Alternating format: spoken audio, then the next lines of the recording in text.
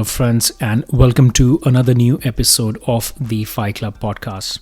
I'm greatly privileged and honored to introduce our guest for the podcast today, Mr. Gavin J. Gallagher. Gavin has been a property investor and a developer for over 2 decades now, an architect by profession, but a full-on real estate personality at heart. Gavin currently manages the East Point Business Park in Dublin, which houses more than 50 companies such as Oracle and Google. Gavin is the director of the Earlsfort Group, which is his family business, and the company which developed the East Point Business Park. He speaks a lot about human behavior, personal development, and leadership. In this podcast, Gavin very honestly and clearly shares his experiences, his learnings, scars from the 2008 recession, and models which can help real estate budding entrepreneurs gain insight and prevent pitfalls. A very valuable episode for people on the financial independence journey looking to start investing in residential or commercial real estate in coming months. So without further ado, let's hear it from the man himself, Mr. Gavin J. Gallagher.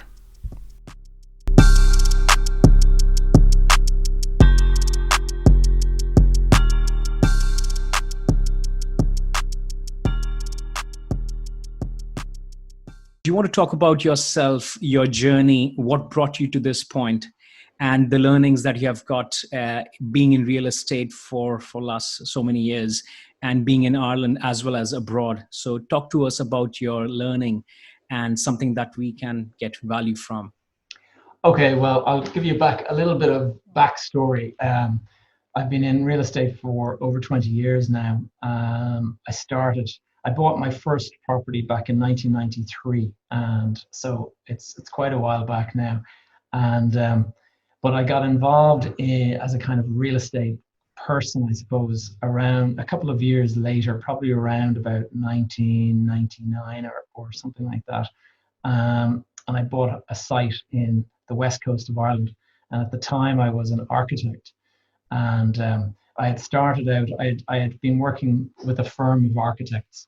And when I decided I wanted to work for myself, I went out on my own, and I found these my first set of clients, and they wanted me to do this domestic house extension, and I was delighted to get my first client. You know, it was sort of great, bringing the money in straight away, kind of thing, and I worked on that project for.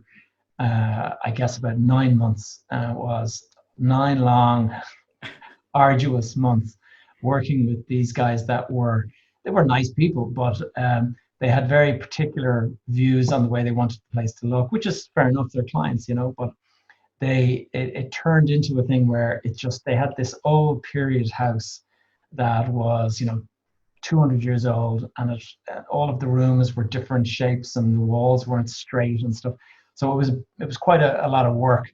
And I can remember I quoted them 10% of their budget, and their budget had been 80,000. So I was going to earn £8,000. This is back in Irish before euros. I was going to earn £8,000, and I can remember, you know, working for 9 months for £8,000. Now, obviously, you have other jobs and stuff, and that's the whole idea. But this to me anyway was my first job, 8,000, and at the same time, I found this small plot of land in the west of Ireland, and it was 25,000 to buy it. And it was an acre of land in this small village in the seaside village, and you know, very long way from Dublin, about 3.5 hour drive. And 25,000 was it was a good price. I was pleased with what I paid for it. And I went and I used my skills as an architect to go and apply for planning permission. And I applied for planning permission for 4 small townhouses on this site. And then I was asking a local auctioneer if he could help me selling it, and he said, yeah, sure. And he put a few phone calls out to builders, and a builder came back to me and said he'd like to buy it. And I was actually thinking to build the 4 houses, but he said, no, you've got the planning permission. I'll just buy the site and I'll build them myself. And I said, well, how much will you pay me? And he said, I'll give you 125,000 for the site. Oh. And And I can remember thinking, what, 100,000 profit. And literally I had done, maybe a week's work on that project in terms of the design and all that.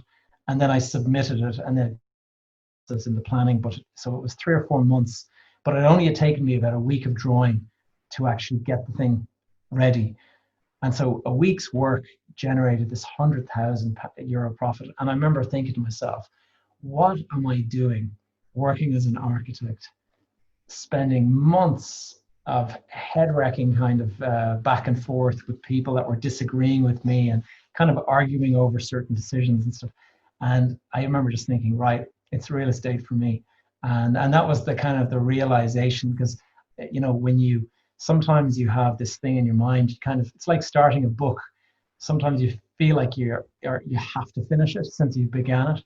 And I had studied architecture, so I felt I have to continue with an architectural career now that I've done this.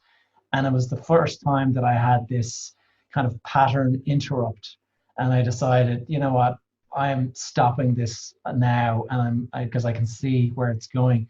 And I decided there and then to kind of go all into property. And so that little thing grew like a snowball, and it was back in the 90s. I don't know if you were living here back in the early 90s, late 90s, but it was a very, it was a time when property prices were very, very, very low, and you could buy houses for 100,000 and 200,000 and things that are now €1 million. And I started buying property, and I got involved in a couple of different things. And in a space of about 5 years, I made about €10 million. And it was this kind of bonanza that just, it was the right time, right? I was in the right place at the right time, and almost nothing you touched went wrong. It was a big mistake. In retrospect, I look back and I think to myself, and I say that the biggest learnings that you'll ever get are from your failures, not from your successes, because I learned almost nothing from those 5 years of success. Everything you touch turns to gold. And then 2008 came along, and I was absolutely hammered by 2008, because I had gotten this, I suppose you could call it an ego, and my ego had grown to the point where I've made all this money, I can do anything. And I started buying literally everything that came in front of me. I threw the process out the window and really just went on gut instinct alone. And in that, I guess over about 3 years, I made a number of decisions that ended up forcing me to I ended up, I think, 16 million negative equity. And I was in a very, very dark place. And it was a very difficult period. My marriage ended, and all sorts of, fallout from collateral damage from that. But I had 3 banks chasing me for 16 million, more than my assets were worth. And I can remember just thinking, at one stage I was considering bankruptcy and all of these things. And to go from that to that, it was just very hard on my head and on my mindset and all this. So I developed a lot of different, I suppose you could call them, strategies for dealing with stress and strain, and resilience, and building resilience. And I guess now the journey that I'm on now is to try to educate young, ambitious entrepreneurs and property people to try not to make those mistakes that I made. I kind of think of myself as talking to my 20-year-old younger self, and, slapping him around a few times and saying, cop on to yourself. This is not, the way to do it. And so I've got, I've got a few things that I consider the things to avoid in real estate, the 3 E's. And the 3 E's are your ego, your emotions, and the economy. If you forget those 3, they will sink you. And you need to, one of the reasons why I started meditating is and it sounds, before I would have kind of said, oh, come on, meditation. I would have called it bullshit back when I was that age, because I was a different kind of personality and I had no patience. And what I found is that just learning to kind of reflect on your own thoughts, it gives you some sort of perspective to be able to see the quality of those thoughts, and you can call yourself out whether you're full of shit or whether you're forgetting the golden rule, and is your ego getting in the way here, or actually are you actually making a decision that is, have you fully thought it through? Emotions, and now that we're in this COVID-19 situation, I think there's going to be huge pitfalls and huge opportunities all at the same time. Just backtracking a bit, so I run a business park now here in Dublin, and I'm part of a family business, and we built we built 37 office buildings in a business park called East Point, and it's a big park. It has about 9,000 people working here on a typical day. It's far from typical now with COVID-19. Obviously, I'd say there's less than 100 people working in the park, but and so I'm running that on a day-to-day. So I'm involved in commercial real estate, but it wasn't always like this. I had come up from that first site to building houses here and there to buying and flipping houses. And then I discovered commercial real estate. And the commercial real estate is where it really took off. I suddenly realized, you could buy something. One of the deals that I really made a mistake. Well, that I didn't make a mistake. It was a fantastic deal. It was my best deal, but it's one of these deals where you need to reflect afterwards. Did you do anything correctly there, or was it just pure luck? And this is the reflection. I didn't have any of this reflection. I just automatically assumed. So I bought a property. It was an old former bank property in Clondalkin, and I can remember getting wind that the bank people had moved out, and it was going to be going for sale on the market. And it was, I think the price on the market was 1 million. And I can remember putting in a bid for 950,000, and then hearing that somebody had bid 1 million. So I bid 1.5, and then it went 1.1. And so it kind of went up, but I eventually secured the property at 1.2 million. And I asked my architects to meet me, and we started working on a plan to reconfigure the building and put in a convenience store and things. And it was going to be a nice project. It was going to be an asset that I would have held on to for rent. But along came another financial institution, and the planning permission for financial institutions is very particular. And so you can't just open up a bank, you need to have permission. And they liked the fact that this building already had that permission. So they wanted it. And they got in touch with me through an agent, and he said, listen, you bought that property. My client was looking at it and we wanted it, and now you have it. So we'll pay you to kind of offload it and give it back to us, basically. And I sort of went, well, I have my architects already on board, and we've got a plan, so I'm not interested. And anyway, long story short, 2 months later, I sold the property for 3.7 million. 2 months. And I had put a deposit of 120,000 down, which was 10% of the 1.2 million I had bid. And so that was my cash in the deal. Yeah. So I put 120 in, borrowed the rest, and then 2 months later paid it all off, and I had 2.5 million sitting in my bank. And I can remember thinking to myself, Jesus, I'm on fire here. Like, I can do anything. And of course, that was the beginning of this terrible, all these decisions. And I've kind of been reflecting on that since. And like, it's the actions, it's the decisions, the actions, and the behaviors that you're doing today that are going to bake in your future success or failure. 3 to 5 years from now, you will reap the harvest that you planted today. And I'm very conscious of that now. But you go back to that period, I suddenly thought, okay, I can afford a nice new car. I can afford to buy an apartment in Spain.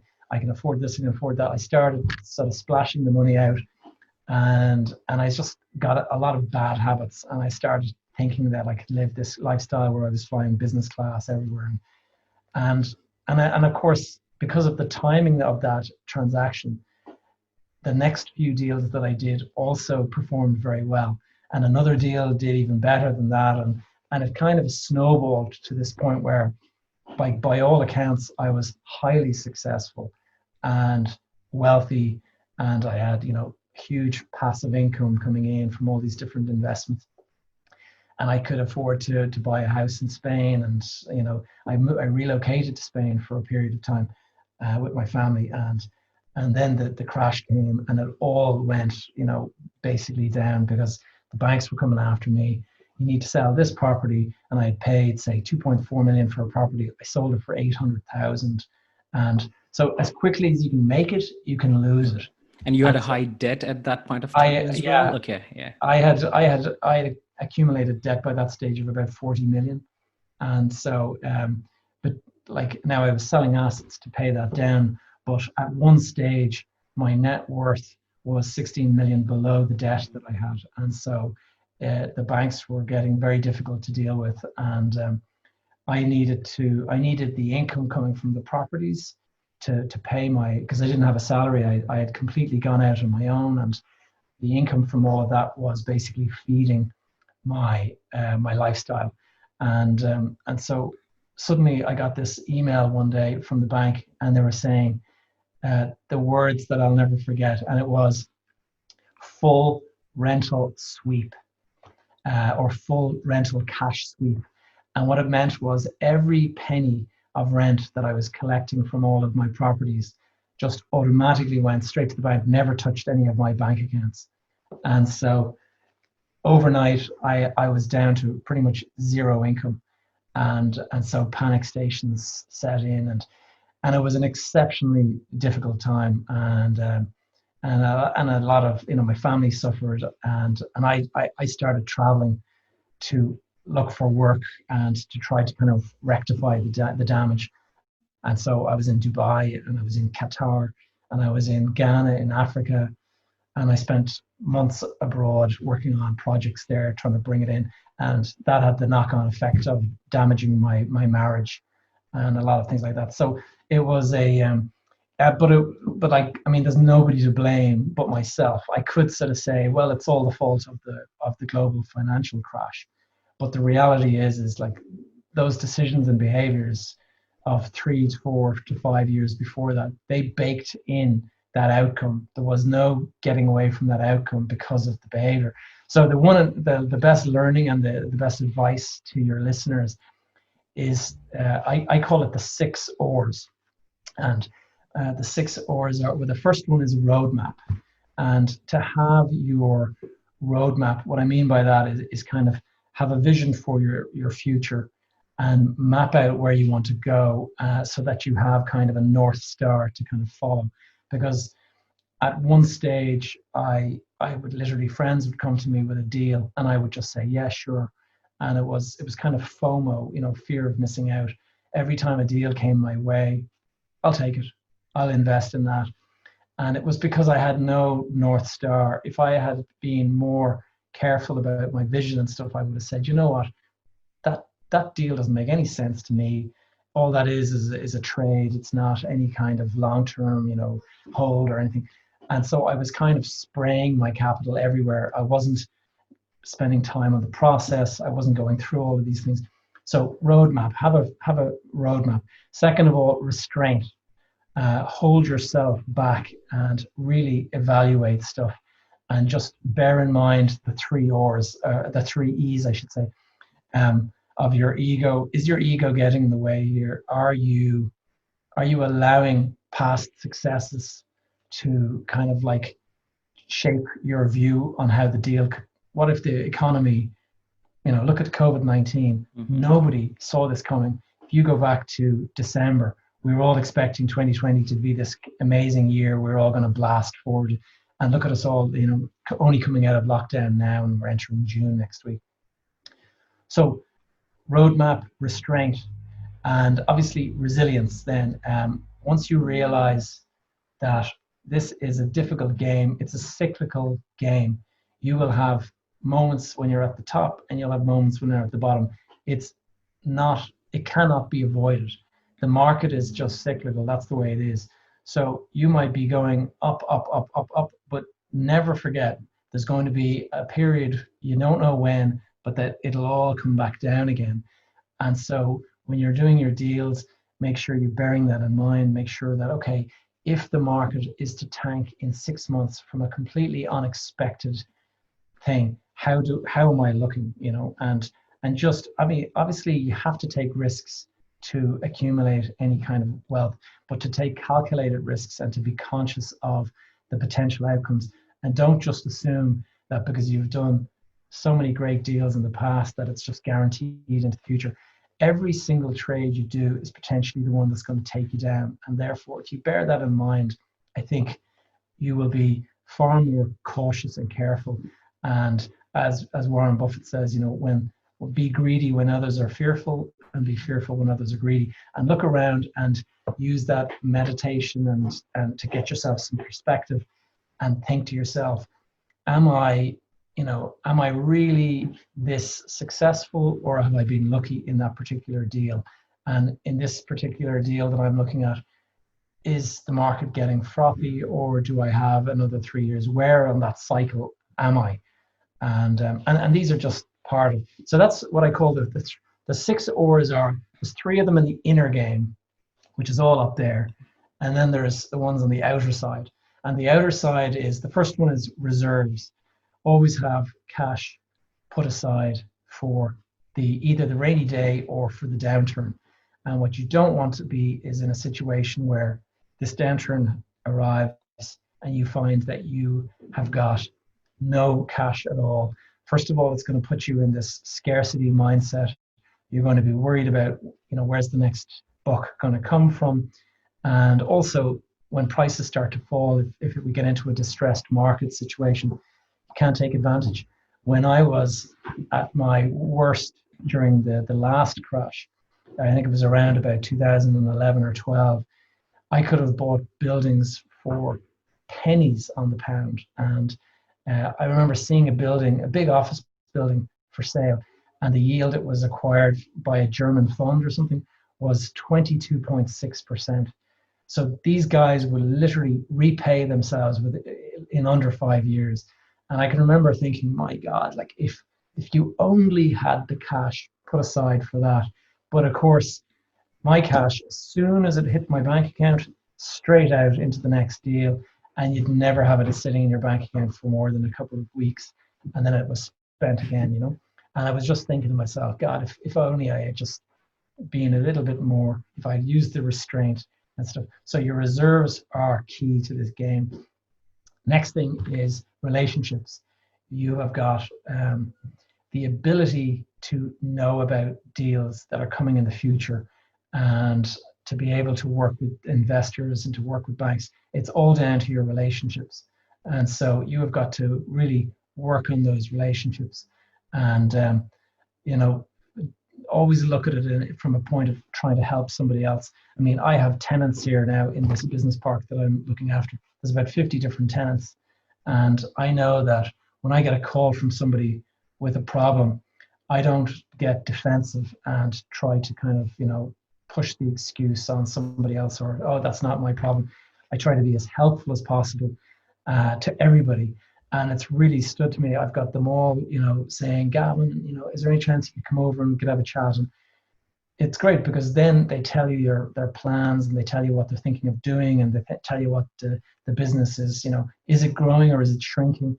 And this is all market intel that goes in there that may not be knowledgeable, general, widely known. And so that's really helpful, because you can start to assemble deals very quietly under the radar, and just because you happen to know something. And if you have a good reputation, which is the final or, so if you're known for being honest, doing quality work, having integrity, not being slippery, as I would say, once you have that kind of reputation, these guys will be only delighted to work with you, because the deal is always straightforward. You're not a difficult person to deal with. And I put some of the best deals that I did were because of relationships. And I I got into a couple of situations where I worked with one of the big banks here in the country, and they had an asset disposal program where they were getting rid of some of their assets, but they wanted to do a sale and lease back, and they wanted to improve buildings, and they wanted to do a lot of different things. And I would actually get into conversations with them about these, and I ended up doing several of those projects without it going to the wider market. It was like, okay, you've been selected for this particular job because of your reputation and your skills or whatever. And those were they were lucrative projects, but they were also very de-risked. I mean, in the project that we did in Dubai, with the friend of mine who was working on it, we did a very large office building for Standard Chartered Bank. And Standard Chartered Bank were in 6 different locations in Dubai. And they had an office floor here, there, and everywhere. It was all over the place. And they wanted to move into a single building where they could consolidate all together. But they looked around, and a lot of the buildings in Dubai, they're very tall and they're very shiny and impressive looking, but the quality was quite poor in many cases. And they hadn't been built with the sort of the global technical standards that some of these major institutions would require. So when they looked around, they just couldn't find something that made sense for them economically or technically. And my partner, he had a previous relationship with them, and he had worked with them in another country. And we sat down and we kind of mapped it all out. We took their global standards, and we designed a building around their standards. And we found a location that was perfectly suited to them. And we actually had them sign I think it was a 15-year lease before we actually paid for the site. And so we had the value locked in before we actually had to actually pay anything at all out. So not totally de-risked, but significantly de-risked. I mean, obviously we had to construct a building, and we had, that had to be delivered on time and on budget and all that. So there was risks still there, but to get the site basically covered by the value of the lease, that's a huge, huge step in the right direction. Great. And you talked about the reputation and relationship. So a lot of our kind of listeners would be kind of people who are looking to generate that extra passive income and be financially free as well. And I think investing in real estate is one of the pillars that they would be looking at, or they may be just starting in real estate. So how would you suggest them to build that relationship if they are just starting? So maybe with the residential properties, and how they can build that reputation, because they may not have any kind of marketing out there in front of the real estate agents or other people. So how can they start in this journey? Well, I think what I usually say is there are two. This is goes back to the roadmap thing. First of all, what do you see yourself doing longer term? If you consider yourself to be a passive or an active investor, that's the first question. So you're looking for passive income, but are you going to be completely passive? Are you going to just literally be waiting for the tenant to pay you rent every month, and you're not going to be involved in the management or adding any value or anything like that? Or do you want to be kind of a more active investor? And by being an active investor, what I mean is that you might buy a property and you might be able to renovate it, or you might be able to redecorate and refurbish it. And that can add significant value. Some of the best properties that I found were dilapidated kind of old houses that had been, say, it might have been previously occupied by an elderly person who had perhaps just recently died, and the property was left to the estate. And so the children or the beneficiaries of this estate just wanted to sell the property. They didn't want to do any work to it. And I mean, the garden was overgrown, and the property needed, it was in terrible state, leaks and everything. I bought that, turned it into a really, really special property. Lots of care and attention went into it. So I added a lot of value. And so, but that requires you to be kind of an active investor. Whereas if you want to just be a passive investor, then your options are more limited. It depends on whether you have capital. If your listeners are young and only starting out, the likelihood is they have a very small amount of capital. And I'm advising a couple of, I mentor some private sort of people, and they actually live in the US, believe it or not. But it's the fundamental principles apply across the board. The details don't really matter. You're starting out with something small. Consider potentially joining forces with others so that you can actually pool your resources and have perhaps a partnership or a syndicate where you can buy something of a higher quality or potentially add more value to because you have more capital. If you are on your own and all you can afford is, say, an apartment, I mean, it's pretty limited, your choices. If you buy an apartment, you have a tenant moves into that apartment and pays you rent, and if you're lucky, you'll have some capital appreciation over a period of time, and you'll have some income coming in. But it depends whereabouts. If you're buying in Ireland, that's not really a very viable option because of taxation and all, and the prices of the market at the moment. Depending on the market you're in, if your listeners, if you're in a particular market, you can find that the yield is pretty good and your borrowing is pretty good. And so you can actually have a cash flow benefit. And that's what happens in America a lot. I see a lot of American investors, they're able to buy at a price that gives them immediate cash flow. But the thing to remember is, we're talking about restraint and reserves and all of this. When you have that cash flow, don't immediately start plowing it into lifestyle. You need to put it back into the property, or you need to build a reserve so that you actually have, because tenants move out. And look at the situation we're in now, where hundreds of thousands of people have been made redundant or are furloughed, and you could have a property that you've recently bought, you have a mortgage on, and now the tenant has stopped paying you rent. Difficult situation. Yeah. What I would advise, depending on individual circumstances, is if you had, say, a couple of family members who wanted to pool their resources, or if you have some friends that you trust, obviously you need to have legal documentation in place that covers if somebody wants to get out and all of these different scenarios. A lot of people, they don't consider these scenarios, and somebody can have a change of circumstances and it throws a real hand grenade into the deal, because suddenly I want out, give me my money. And so you need to have all of that mapped out. But I would say that by pooling your resources, there's an opportunity to possibly get into commercial real estate, which would be my preference personally, because if you're in residential, first of all, if you buy one residential property and the tenant moves out, you're in a lot of trouble.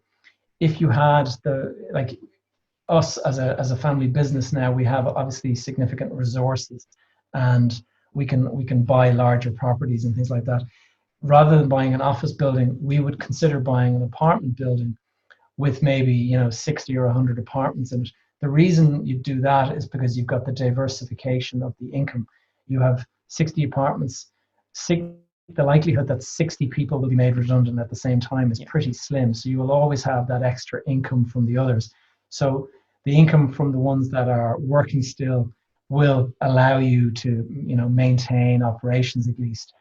You're not looking at complete 100% loss. So that's the diversification of income. But with one of the benefits of commercial is that the way leases are structured is usually longer term. First of all, when you sign a lease with a tenant, it's usually, it's a 12-month thing. The tenant can decide to move out at kind of any stage, given a month's notice or whatever. You don't have a huge amount of certainty into the future. Whereas with a commercial lease, like some of the leases I've signed in my career are 25 years, and with 5-yearly upward only rent reviews. Now, those are a thing of the past, but at the time that was the law, is that the rent could only go up, it could never go back down. And in addition to that, they were what you call an FRI lease, and that's a full repair and insure lease. So you get a tenant into the property, they pay you the rent 3 months in advance. They're fully responsible for the rent of the property and for the insuring of the property. So all you have to do is collect 4 checks a year. from them, and that's it. That's the sum total of your role. So that is a very passive investment, and also more secure depending on the tenant. You find you have to be, again, going back to the restraint. Um, you've got to be very selective in your process. If you bought a commercial property that had, say, a gym, a restaurant, and a bar, you're now in a lot of trouble. Just the same as the tenants. But if you bought a property that is a convenience store, or is say a bank property, the banks are not going anywhere. They continue to pay their rent. Convenience stores are considered essential services, so they're continuing to pay their rent. So you can see what I mean. But a coffee shop, those guys are, well, they're reopening, they're struggling because they're not allowed to get people sitting. Obviously, depending on, as you grow, if you can grow your portfolio, there's ways to add value. One of the best ways that I added value over the years in commercial was that I managed to find there was a tendency in Dublin. The planning permission rules were that you would buy a property, if a developer was building apartments, the apartments would always be overhead, and then they would have to build an element of retail on the ground floor. And with the retail on the ground floor, a developer is usually just a house builder, wants to build a couple of apartments, sell them, move on to the next deal, doesn't want to get into rental and of shop units and things like that.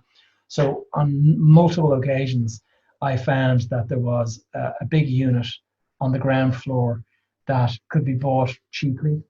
And so what I did was I found a unit. I can't remember the exact details. I think it was 4,700 square feet.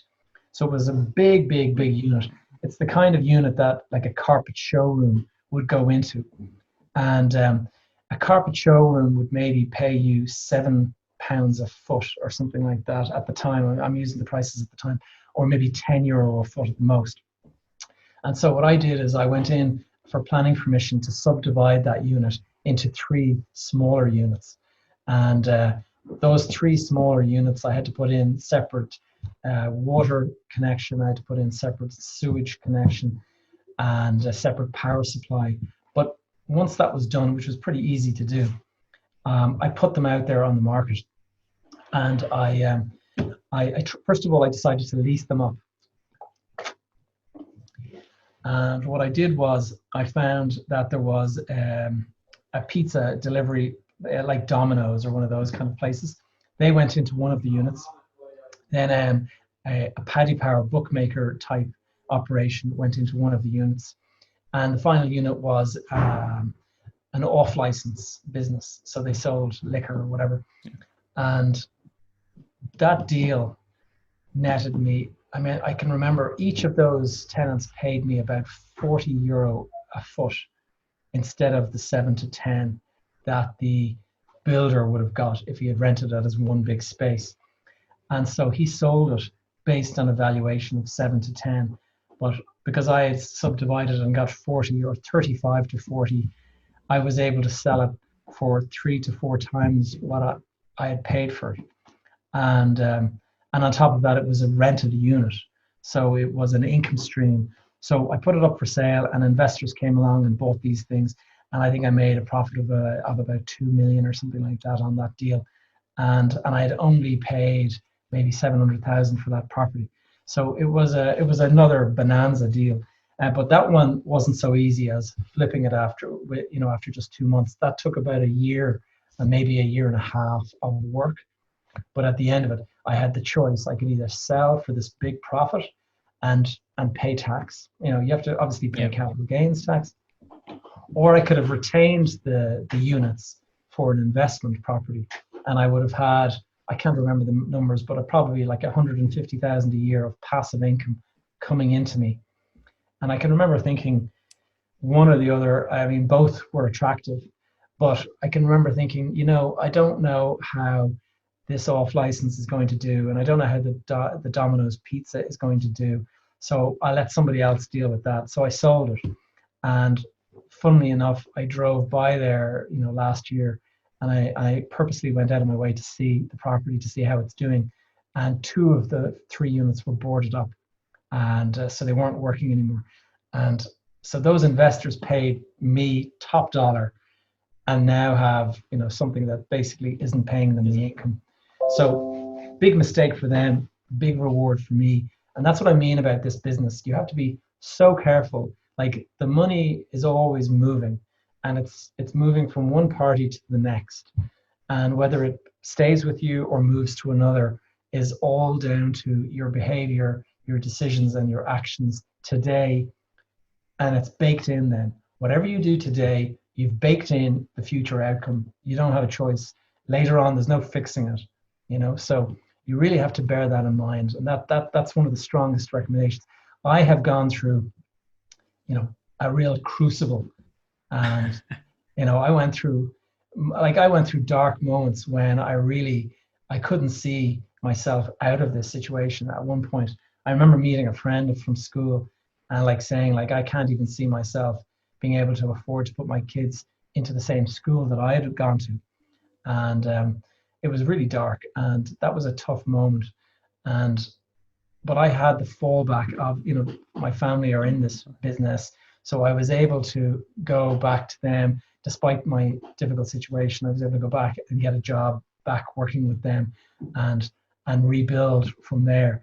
But not everyone is in that situation. And if you go out there as a property investor and you happen to make the same mistakes that I did and get this, big success and then sudden failure, a lot of people have taken their own lives because the stress proved too much to take, or they didn't have the ability to fall back on a family, or so this is a serious thing. And the way I look at it is I see this as my impact on the world, or my legacy is to try to educate guys not to make these mistakes. And I talk to them as if I'm talking to myself as a 20-year-old, instead of wake up, stop that stupid thinking. You're not invincible. You don't know it all. I know this older guy over here is telling you to take it easy, and what does he know? He might know a lot, Yeah. So just. And I think that, Gavin, that has been I remember last time when I think we met over another Zoom call, and I think I was really impressed by your honesty and the way you kind of brought value by sharing the kind of hardships that you had gone through. I think most of the people always talk about the blings and, the successes, and no one shows the scars. And I think you spend 90% of the time talking about the learnings. And is exactly the same that you're talking about today. And I'm just thinking out loud that, now people are in that crisis and the property prices would go down. And I think a lot of people might ride on that ego thing of, yes, the property kind of price appreciation would happen. And I think a lot of people would make that mistake again. So I think you talked about, focusing on mindset, you talked about meditation. So how consciously they can bring in that, slowing down the pace and having a roadmap. But in terms of the metrics, or, how they can slow down if they are, starting right now, and they think that, yes, definitely I'll get a 20%, 25% appreciation if the property goes down by 20%. So how would you kind of bring awareness to the new batch of those investors who haven't invested before? Your mindset is everything in this game, and I have my morning routine because I want to get my mindset correct right from the word go. I want it to be correct in the morning, so that the stuff that I do through the day is measured, and I have that perspective, and I don't bake in these mistakes now. I believe the economy is going to be pretty bad for the next couple of years. I think the knock-on effect of all of these job losses and closures, it's going to filter in, and I think the property market will suffer because almost always there's a property lag. Yeah. And so, the economy is bad today and property prices still seem good today, but usually there's a lag, and maybe 6 months from now you'll start to see the impact of the stuff that has happened in the last month or two. And so I'm expecting prices to fall. I'm expecting people to get into difficulty and to start to try to sell properties. I'm expecting possible repossessions by banks and things like that. appointments of liquidators or examiners to sell properties on people that are in situations like that. So, first of all, with that in mind, I wouldn't be rushing in today to be buying up stuff. I do think, I mean, obviously each deal stands on its own 2 feet, but what I saw, some of the bad habits that I got into and I saw happening a lot were, if you're speaking with a property agent, I mean, bear in mind that their fee is paid on this transaction taking place. So their advice to you is not always that they may not wish you harm, but they're not advising you from a completely, you know, impartial position. Like the deal has to happen for them to get paid, and so that's something to bear in mind when you're talking to different people, and you got to understand their motivation.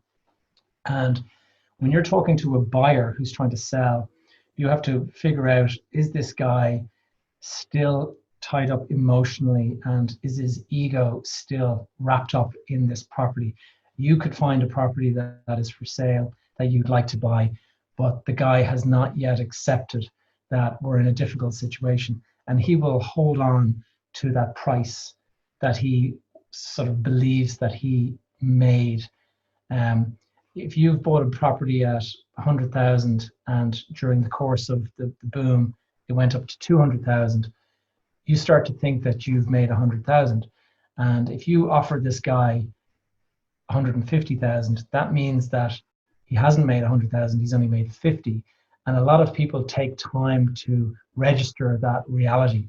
And that's the ego and the emotion that they are in. And so it's equally important you evaluate yourself for those metrics, but you also have to think about the person you're buying from. So I use the word capitulate. Have they capitulated yet? Have they accepted their fate? And what I did as the person selling the property, often and more times than I should have, is I chased the property market down, and I got a good offer and I didn't accept it. And then 3 months later, there was no other offer. So I said, okay, I'll take your offer. And then the guy goes, no, it's lower now. And that happened to me, and he kept chasing it down. And it's because I've refused to accept my situation, and I kept on trying to stay at the level that I wanted it to be at. So, it's kind of a fantasy price. It doesn't exist. You wanted to believe it exists, but it's really down here, much lower.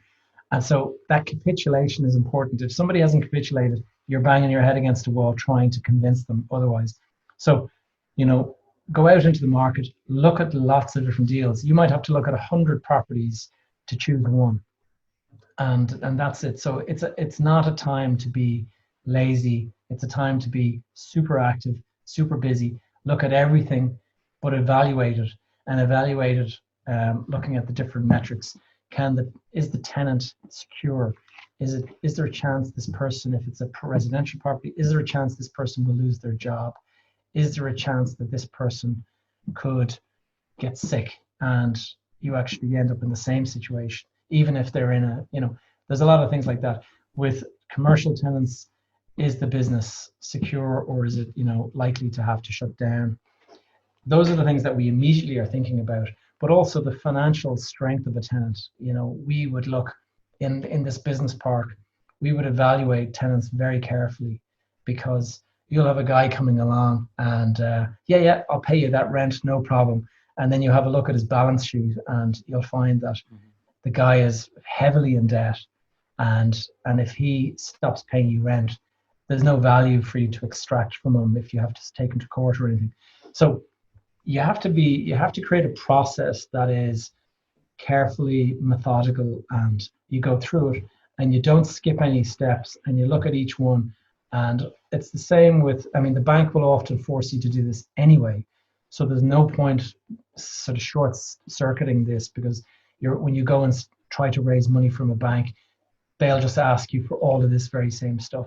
So all you're doing is just, doing a little bit of advanced work for the bank. But yeah, go ahead. Sorry, no, I was just saying that, do you do that? Do you have your own team doing that due diligence on your tenants, or do you outsource that work to? Usually it's not that difficult. when it comes to a balance sheet, we have our own team, in-house team here. We have a financial director, and he would review the accounts and he'd look for weaknesses and things like that. So that's handled by us. If you're an individual and you're starting out, then that's a different story. So you just have to look at this from a far more, just look at it from the point of view of, imagine yourself with a property that is occupied by a tenant who can no longer pay you rent, and you're not allowed to evict that person. So do you want that situation? Of course you don't. And therefore, that's the first thing to bear in mind. Okay, you could be in this situation. You want to avoid it as best you can, and therefore let's just think about it from that point of view. And once you do that, then it's easy enough. Just don't assume that this is great, he's paying me this, and also do your due diligence on the tenant as well. A lot of the time, I mean, I've heard of nightmare scenarios where guy goes in, pays you 3 months rent, and then when you go looking for the fourth month, you're not getting paid, and it takes you months to evict a guy like that. And I've had those situations where people stop paying you rent, and by the time you get around to evicting them, they owe you a year's rent, and you're not getting that money from them. So just be kind of careful in the process. And there's something that I learned from, I can't remember, I think I picked it up on a Tim Ferriss podcast, but it was talking about your process is everything. And one of the mistakes that I made was that I didn't have this process, but I had a great outcome. And that is one of the problems, is that you can have a bad process or no process, but you can be lucky and you can have a very good outcome. And what you have to know is, was there a process there? Was the process good, regardless of the outcome? Because you can also have a good process and a bad outcome because of the economy or whatever. But just make sure, the likelihood is, if you have a good process, you will have a good outcome. Correct. Yeah.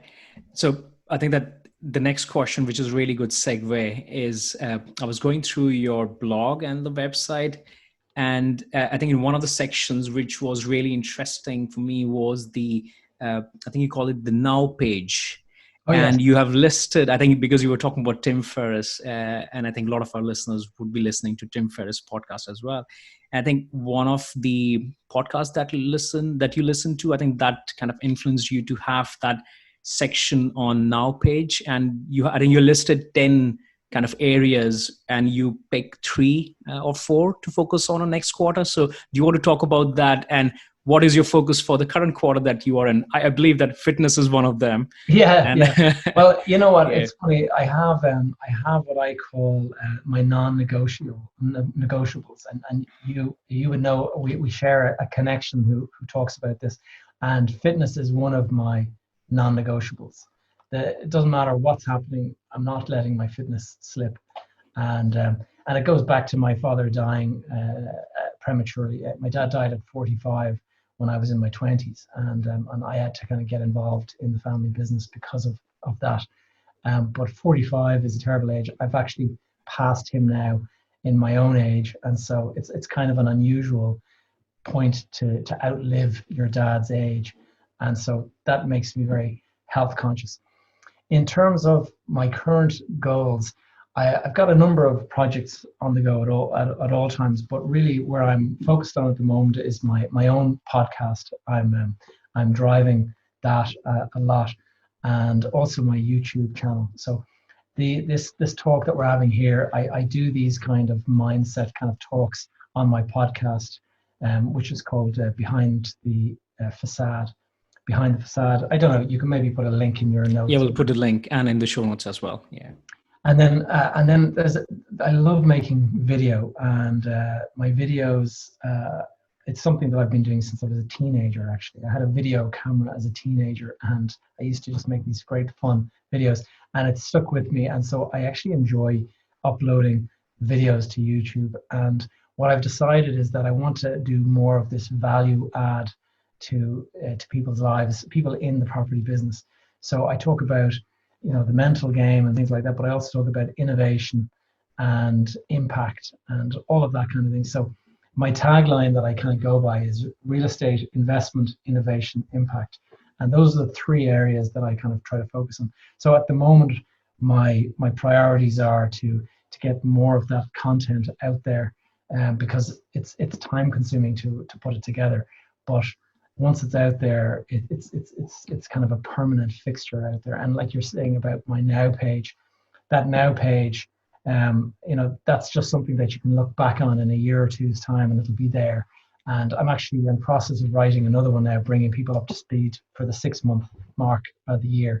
And it will be slightly different, but I'll update people on how my goals for the last 6 months went, what my next goals are, what my next challenges are going to be.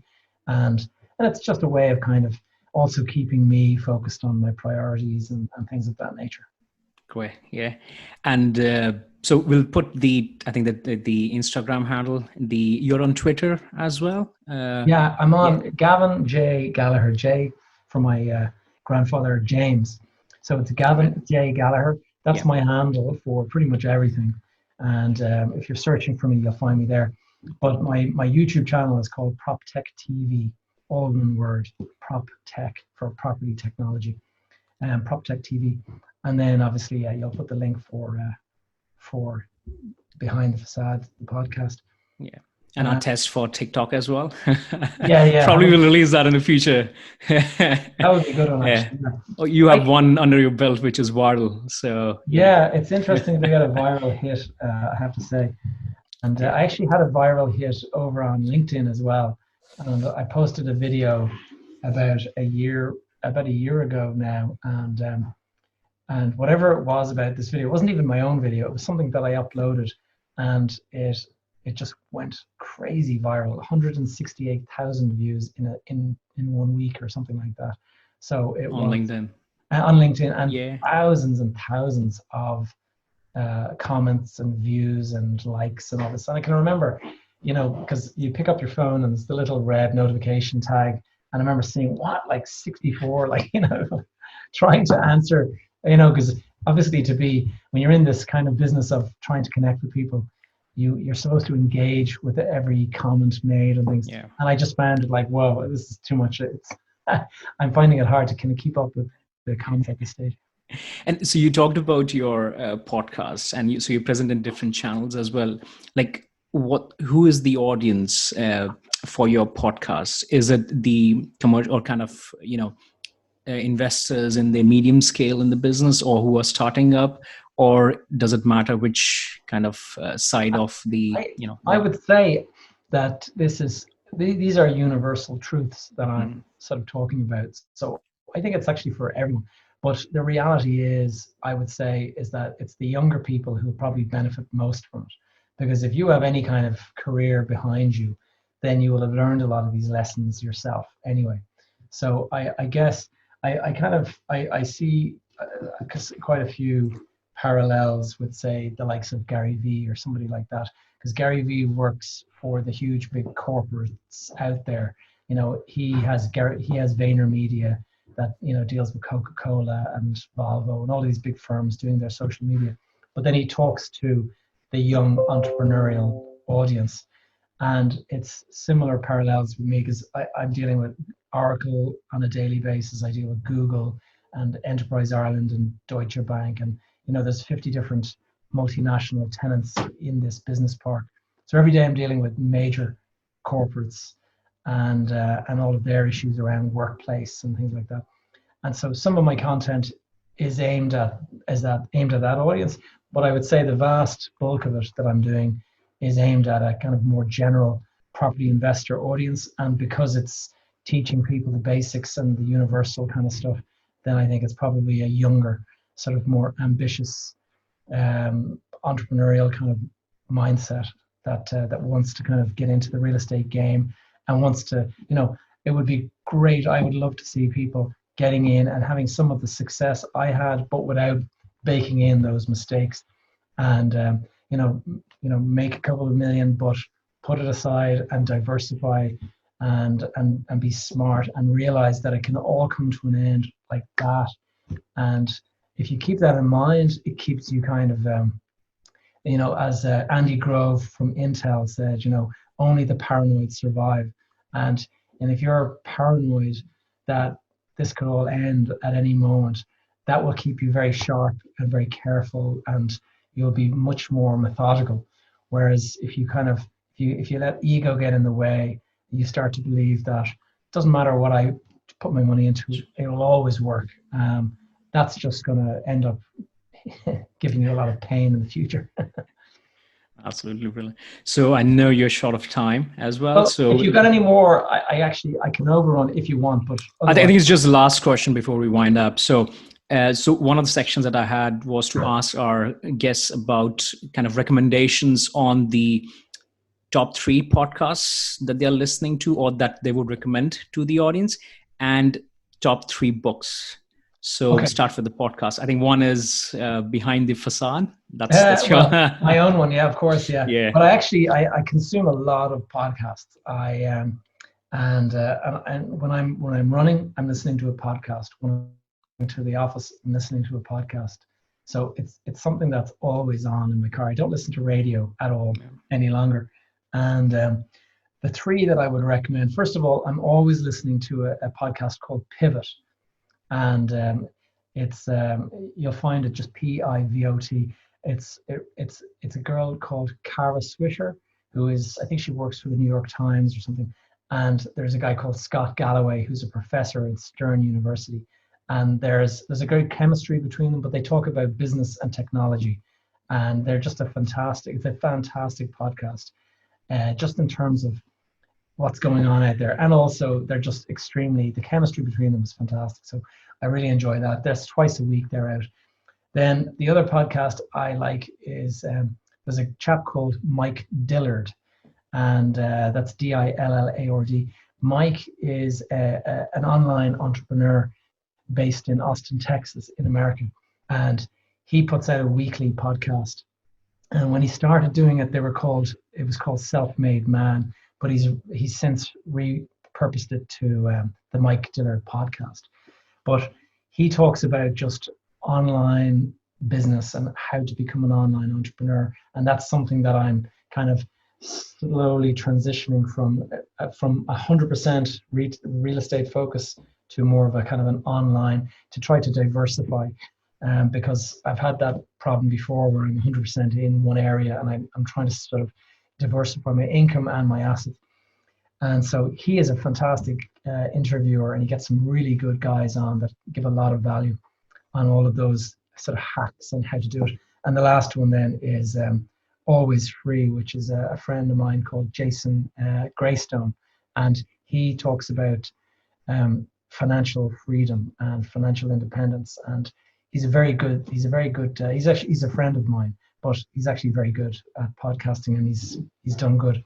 So, and then books, the first one that I can remember reading that kind of like transformed my mindset was The 4-Hour Workweek by Tim Ferriss.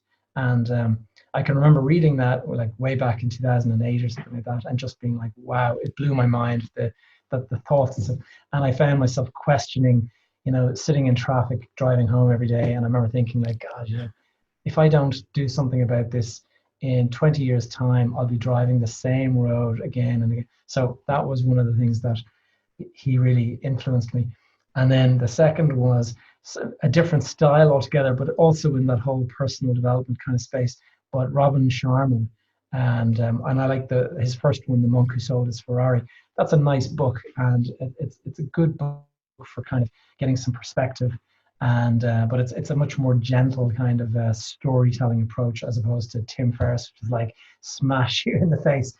And then finally, another friend of mine with a really good book is Key Influence by Daniel Priestley.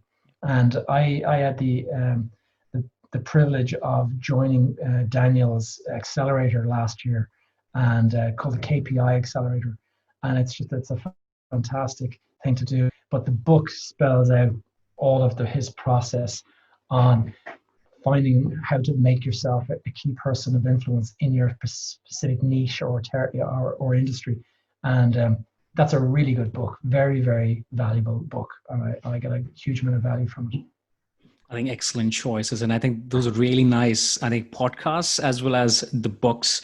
And I think about, the 4-Hour Work Week. I think I've read that 3 to 4 times. There is a audio version on YouTube, which is free of, you'll listen to that as well. And all the interviews and all, because you talked about process, and he's very much process oriented person. Yes. And I think that's what I found similarity between his thinking and yours. It's Okay. around the process. So yeah, no, I think absolute brilliant choices on the book. So I hope the audience finds value in reading those books and following those podcasts as well. And I think podcast is the new Yeah, for sure. medium as well. I read about, I think, Joe Rogan. Yeah, 100 million. Wow. 100 million. I think he hasn't declared it, but I think they're estimating it to be 100 million. So exclusive Spotify podcast. Yeah, I think it's beginning of September when he's moving to Spotify. It's a big deal, but it's funny. I've been listening about this, and it sounds like a lot of money, but it was a fantastic idea for Spotify to do, because 48 hours later, their share price was 5 billion higher. 5 billion higher. So for 100 million investment, it's shot up 5 billion. Yeah. So it's just an incredible return for them. Yeah, brilliant. All right, so Gavin, I'll let you go. Thank you so much for your time. Thank you so much for sharing all the kind of the learnings, showing your scars from the different kind of stages of your investment and your career, and kind of helping the audience really around preventing the pitfalls and being kind of grounded, as well as for having the right mindset, which is the key focus of what you are kind of talking about nowadays. So thank you so much. And I think that the audience would really like the value that they derived from this particular episode. Not at all. My pleasure, Nipun. And if anyone wants to follow me, Gavin J. Gallagher is my handle. And look up my website, gavinjgallagher.com, if you want to learn any of those items that I talked about today. Great. Thanks, Gavin. I hope you enjoyed today's session with Gavin. I found it truly valuable, and a lot of tactics that I learned I would be applying in my own journey to become financially independent. Until next time, take care. Make sure you subscribe to our YouTube channel, or if you're listening to this podcast on other platforms, make sure you subscribe there as well. Until then, take care and be safe. Thank you.